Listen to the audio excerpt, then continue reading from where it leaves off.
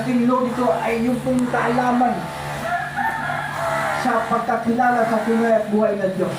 Amen. Right? Marahil sinabi ko sa aking mga previous 5 months at 5 Sundays worship service preaching time, mayroon kong nag-isip, I'm not using outlining here. Hindi ko kami nagkagamit ng outline, but we are dealing the Bible. I'm not also handling the Bible. Makikita nyo araw-araw sa kamay nito, sa pitong parte. Kaya ito mabigat po ang natin ng Bible, baka mahuli naman. Okay po. So ngayon po, gusto ko lang po i-recap po. Sinabi kanina sa dito na please ang pakabanggit na po natin yung deliver yung Matthew 22 verse 29. Gusto ko pong bibigyan ng recapping po yan. Ano pong sinasabi ni Jesus doon? Sino po nagsabi? Ulitin ko nga. Sino nagsabi noon? Matthew. Hello? Amen. Sino nagsabi nung salita na yun? 22, 29. You are an error. Sino nagsabi? Tanongin ko kayo. Ang nagsabi ba si ang Kristo? Ang Diyos? Sige nga. Sino nagsabi?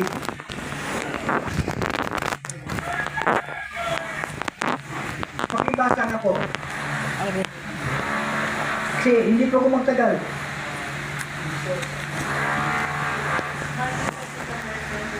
Okay. Ngunit sumagot si Jesus at sinabi sa kanila na panali kayo sa hindi nakakaalam ng mga kasulatan na napapangalaman ay Okay po. Okay po. Dalawa pong importanteng bagay po dyan po, okay? Tandaan po nyo, dalawa, ang hindi pagkakaalam sa, ano mo na ang hindi pagkakaalam nila? Sa kasulatan. Okay po. The Bible. Okay. The Scriptures. Kasi dito po sa atin po, sa ating po samahan, we can answer the people who answer asking question to us. Proven, our answer proven from the Scripture. Kaya nang bumula sa kasulatan.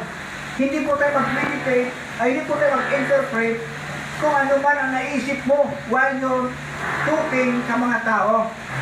So do not answer, mabilis ang answer na hindi po makapagtumbok ng versikulo sa Bible.